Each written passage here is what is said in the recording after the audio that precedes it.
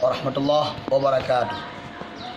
Saya Tengku T. Zulfaqdi Ismail sebagai Ketua PC Nahdlatul Ulama Kabupaten Aceh Utara dalam hal ini menghimbau kepada seluruh lapisan masyarakat untuk mengindahkan dan mematuhi daripada himbauan pemerintah dalam hal ini untuk terhindarnya terjangkit virus yang sangat menakutkan, yaitu virus corona yang selama ini bukan hanya di Indonesia, bukan hanya di Aceh, bahkan di tanah suci Mekah pun sudah ada peraturannya, sudah ada himbauannya untuk menghindari daripada keramaian, untuk memutuskan mata rantai daripada perjalanan virus tersebut.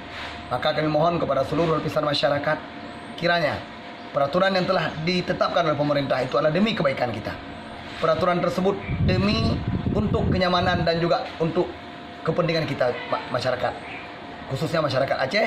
Dalam hal ini kami memohon untuk menjauhkan diri daripada keramaian-keramaian yang dapat menimbulkan gejolak konflik tersebut, yang kita tidak tahu siapa di antara saudara kita, teman kita yang sudah terjangkit virus tersebut, lalu duduk dengan kita, lalu kita pulang berkumpul dengan istri kita, dengan anak kita. Otomatis kita sendiri adalah merupakan salah seorang daripada yang menyebarkan virus tersebut.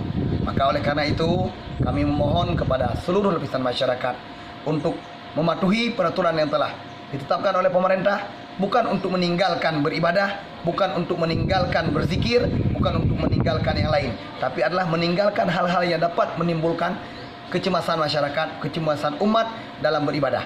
Maka kepada kita semua, sekali lagi kami memohon untuk mengikuti peraturan tersebut. Sebenarnya peraturan itu adalah demi kebaikan kita.